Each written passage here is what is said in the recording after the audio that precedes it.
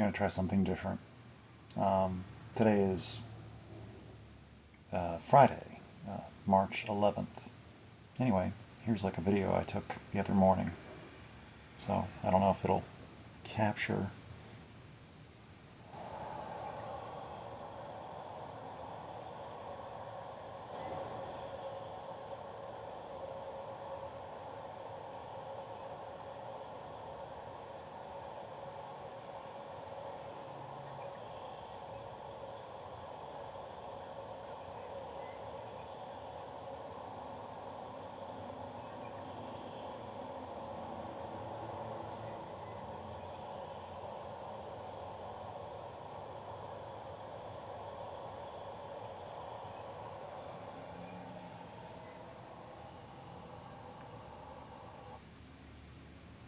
So anyway, I do that, and that's not the only one, but that was representative of just one of the things I do.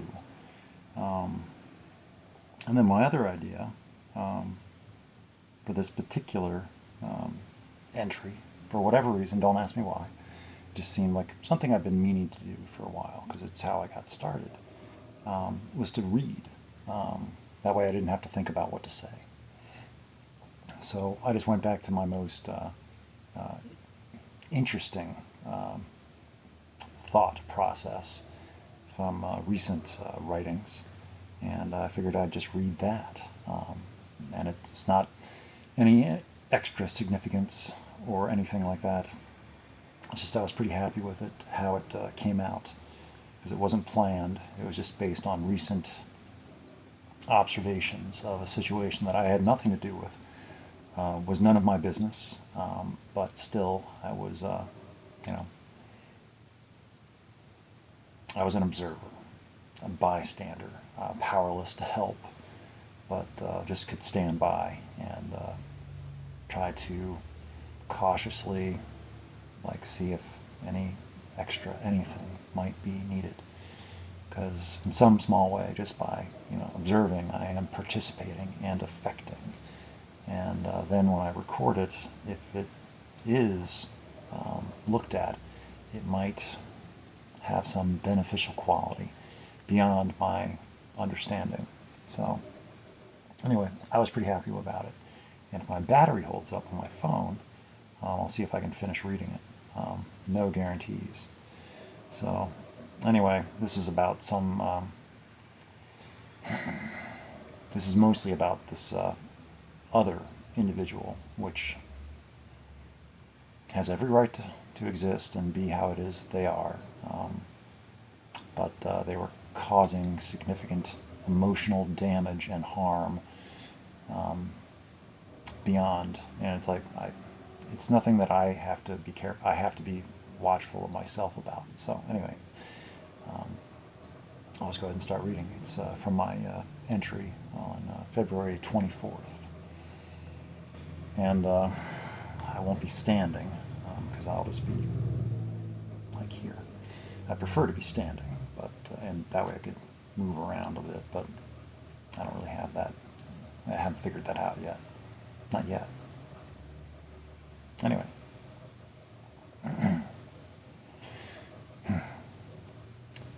So, yeah, anyway, I recently spoke about this, and I have written about it before, and will undoubtedly write again on the subject of emotional terrorism, hostage-taking, trying to dominate, manipulate, victimize, guilt, shame, remorse, even incentivize others to do what people want them to do. Typical human behavior, human typical, trying to provoke an intended response, and if not immediately given, then seeking the next trick in the arsenal to then attempt to get the desired result. Human adopted and adapted social hierarchy. How else are we going to know who is better than anyone else? Sarcasm.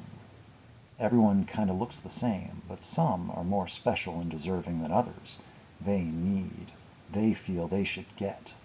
They feel others should do as they want, on a whim, at a moment's notice, for their benefit, and most likely at the cost to the person giving. They take. They keep taking. They do not add. Well, they do add something, that is for sure, but it generally isn't healthy, productive, or creative. It can be entirely insidious and venomous, poison people, but they don't know it. They are entitled. They are righteous unto themselves. They are owed and privileged. Parasitic? Is that too much? That might be too much. Seeking a host organism to attach to and then become a drain on its resources to provide itself sustenance. The metaphor loses cohesion. Emotional parasite? Psychic vampirism? Keep a distance, keep silent. Any attention is giving in, feeding, using it as fuel, as fodder, as ammunition for essentially triggering emotional responses and subsequent behavior, emotionally bullying.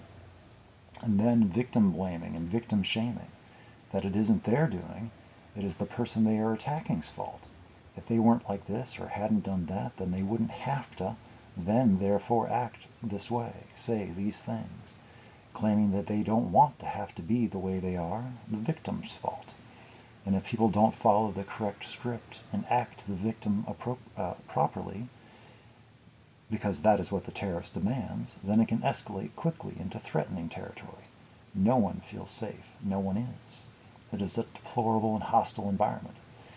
I would say that they don't mean any harm, but sometimes they actually do mean harm, by design, malice, and intent. We don't negotiate with terrorists. In theory, we don't negotiate with terrorists. But they are people too, hurt people somehow, but I'm not trained as a mental health professional. I don't know how to identify the experience I'm being witness to. I don't know how to specifically help them, and I just don't know that there is, but I just know that there is help. But I am not it.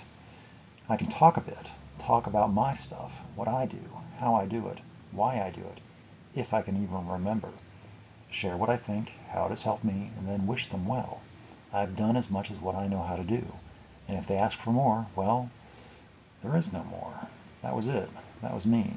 Persistence in regards to the matter may result in a reaction, but not the reaction desired. It does not benefit me to react at all.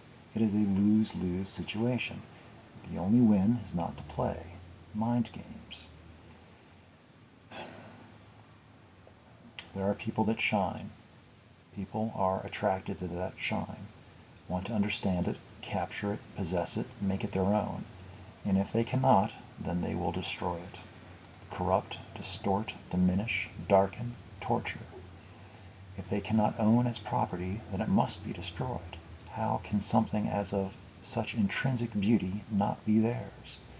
If not for them, then it must be wholly nullified and eradicated from being. No is not the correct answer. Now, what is even more enduring and endearing are those that shine through and shine on, even still, even yet willing to listen and then attempt to reach the other person. The other person may be hurt, angry, disappointed, or however it is they wish to represent their emotional state. But that is not the responsibility of anyone but themselves. And how much of that projected emotion is for dramatic effect anyway? Is it yet more false testimony, illusions, and deceit? Some using emotions as weapons to test and find weakness in others' defenses. Does not sound like a game, more like a war. A tug of war does not sound fun. I am totally guilty of many of these monstrous behaviors, if not capable of them all. Guilty as human. But I have a choice of recognition these days. I can see better, not perfectly, how I shape the world I live in, how my words, thoughts, actions, and attitudes are reflected in the lives of others, the environment, the world I live in. What kind of world do I want to live in? A kind world? Am I being kind? What are my motives? What is my intent? What am I doing? Why? How do I think? What do I feel? How do I think about how I feel? How do I feel about how I think? Am I helping? Am I hurting? I mostly try to leave the world alone, and the world leaves me alone. The system works. I have my moments, though, and I have my notes. Believe me, I have my notes. I am taking notes. I am paying attention, learning. Am I happy? No. but I am happy to report that I am happier than at any other time previous in my life. Not with everything about my current situation, but with myself in the situation. I am knowing myself and how I got here. I feel to have choice in regards to what happens next, where I go, what I do. I can exercise that choice, but not with impunity, but with responsibility. I do not feel safe, but safer. I am not fearless, but I have less fear. I'll be doing my utmost to not take hostages along my travels and to not become the victim in my dealings. Humanity is plagued with enough inequity already. I don't need to exacerbate the endemic. There is enough suffering. Perhaps the best I can do is to learn about it, not to eradicate, but to alleviate what I can, stress, emotional stress. But I need to mind my own first. What good am I if I am drowning? At least we'll drown together is hardly an inspirational or reassuring thought. I don't think it ever comes to that. There is a balance. Give back into the system when I have surplus. Withdraw from the system when I am in need. Emotional investments. Emotional banking. Now it is getting complicated. Some people just call it being human. Trying not to go into debt, let alone go into bankruptcy. There is work to be done. I cannot afford to give as much as what some might want of me. It does not mean that I am a bad person. It does not mean that they are a bad person. Just on different pages of life, different books, different libraries. Shh. Whisper.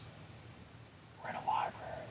Tiptoe, tiptoe, wandering off in the stacks. I have now lost myself completely. I have now completely lost myself deliriously in my thought process. Where was I going again? What was the point? Does it matter? Yes, it does. But not right now. For what was for now is now. What is for then is later. See? No? I don't either. But that's okay too. Let the day unravel. Understanding life and everything is not a fundamental requirement or a prerequisite to enjoying and appreciating it. Being glad, having hope, doing good work. A torch on distant horizon. There is still magic in the world. I can be a torch too. Light the way. Mm-hmm. Yeah.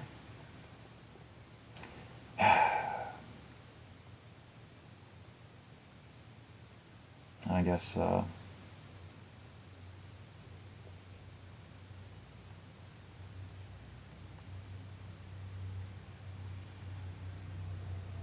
was I hadn't read any of my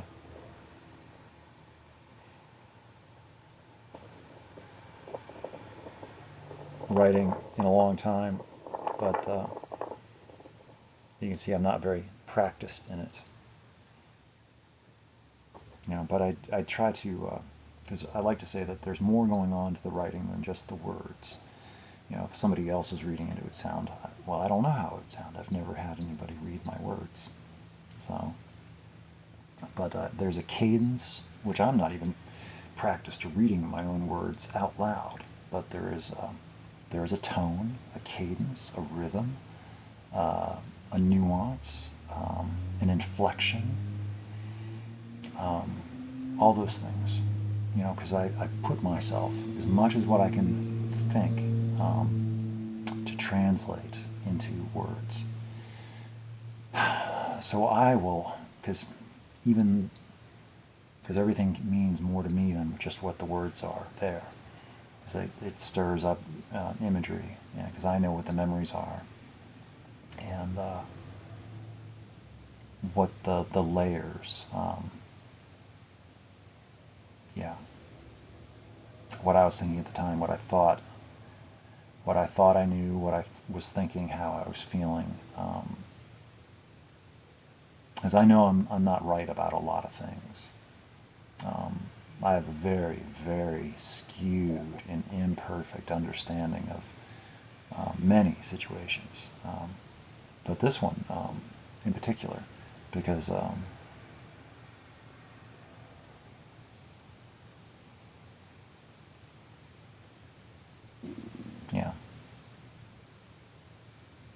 I'm not very, I don't know where I am. See, there's the thing. And that's not good for me. I would like to know exactly, well, I don't even care about exactlies. I would just like to know, like,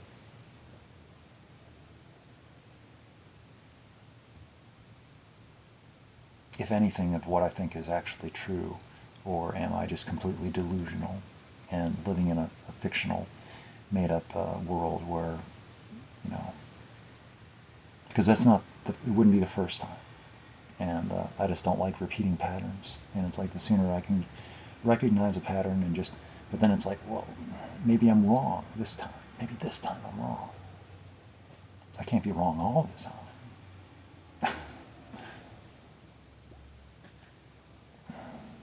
Because I figure, you know, the one time there was actually anything real, then that's the time, well, I just gave up too soon. But then there's that sunken cost, you know, where it's like, well, I just keep investing because it's, you know, it's like, no, but it's like, it shouldn't be this hard. You know, the whole communication thing. So that's where it's like, but then it's like, well, this should be true if that's true, and then, but then there's nothing then to support it or make it concrete, or, you know, it's like there's no impulse or, you know, momentum or impetus to, it's like, oh, all this is leading up to, and then nothing happens. It just fizzles into more nothing. And it's kind of true. If nothing changes, nothing changes. If I want something, you know, it's like, but then I can't, when it comes to other people, you know, can't force anything, can't hurry anything. So if they're not a person that is capable or wanting, then it's like, I can't do anything about that. It's like, I know for myself, I'm not exactly thrilled about the status quo, and, you know, I'm the only one that can do anything about that. Recognize elements that I'm not currently satisfied with, and if I can do something about it, then do something about it. You know, instead of just what is it? Beleaguering, bemoaning, and begrudging my own situation and limitations and capabilities, and, you know, I am ignorant of my ignorance in many cases of all the things that are within my ability to do, but I just don't know it. Because I don't know what I don't know at this time. A year from now, if I'm still around, I'll know things that I don't know now, but I have to stick around for the whole process of becoming the person a year from now. And a year from now, I'll be glad that the person right now is doing what they're doing and just hanging in there, even without all the information to make the correct decision, because there is no correct decision. All I can do is make the best decision I know how to make at this given time with my current understanding, and not overreact to the littlest things, and not underreact to the littlest things, because there's always more, and sometimes there's less. That's where it gets confusing, you know, like the canary in the coal mine. You know, those little signs of things, and it's like, I know how it is for me. Before I make a decision, it's not like something just all of a sudden happened. There were things going on that but so anyway, I'm not aware of how it is for anybody else, how they interpret and think and process, you know, the world around them. So I can't read other people's signs just as well or unwell as anybody can read mine. You know, mine are just as subtle as anybody else's. So, and a lot of times, even for me, being me, I don't know when I'm being driven or pressed into a corner of, you know, how much can I take? You know, just that buildup of stress from particular sources in my life. And eventually it manifests into something that I just can't deal with anymore, and I'll just extricate myself, disappear. Um, that way I just don't have to deal with it anymore. And it's like, there's no reason to if I don't have to. It's not something that's critical to my uh, ability to maintain my life. Or, and sometimes I remove things from my life and it makes my life better. It's the quality is, it's like, why am I inflicting suffering on myself? I don't have to suffer. If my life gets better then, yeah. And people don't generally, as a rule, realize or even think about or notice, are sensitive to or considerate of my emotional state, because they're thinking about other things. They're thinking about their life. They're thinking about their needs. And, just like me, I can be considered insensitive and inconsiderate of other people because, yeah, I'm not a mind reader. And, most of the time I just don't have the attention or energy to really, really get to know somebody.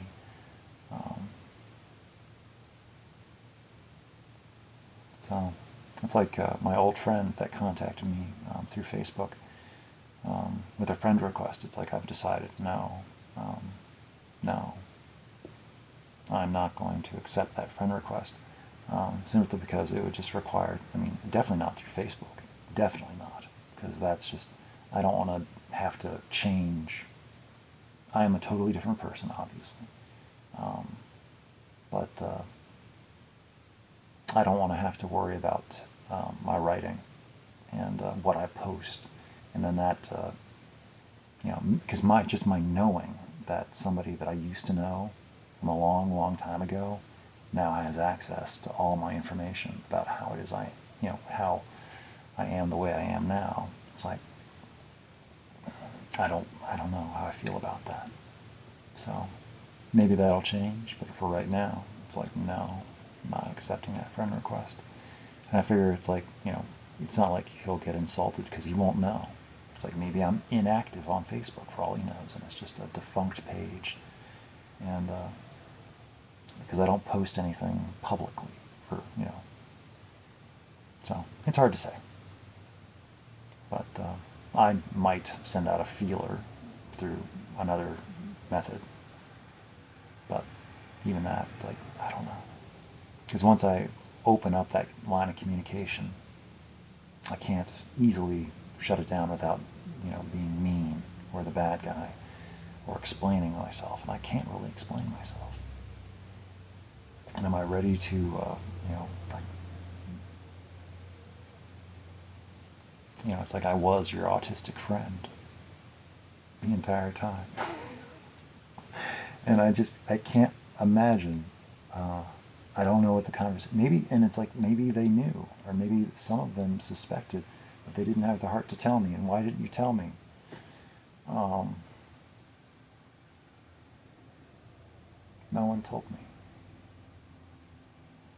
I figured just because no one knew. That's what I have to figure.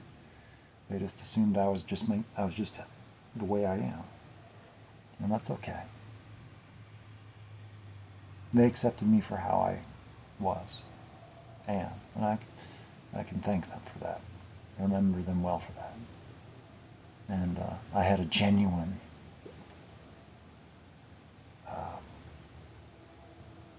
not that it would have changed much, I don't think, but I did have a very authentic growing up experience. I was just in the mix with everybody else. And it's like there wasn't any alternative, really. Not where I grew up, not how I grew up. You were just a kid.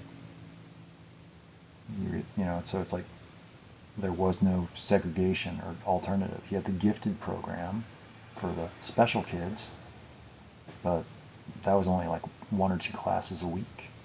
And the rest of the time you were just in the general population.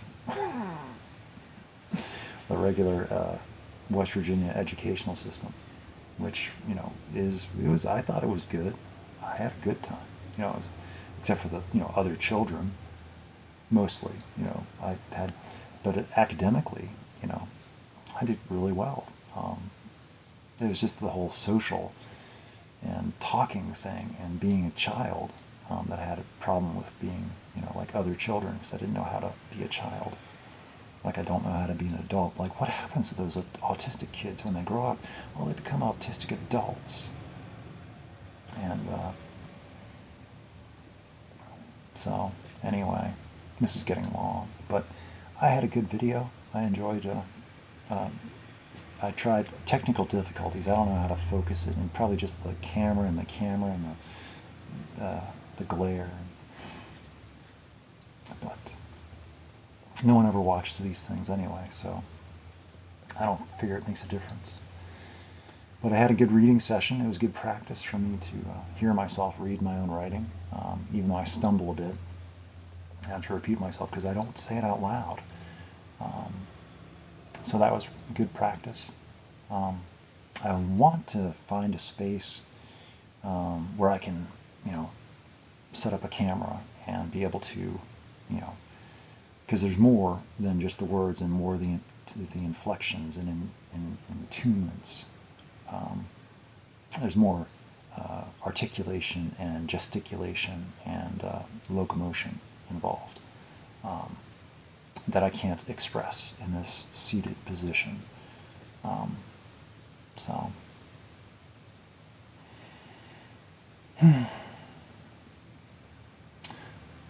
well, we'll see what happens.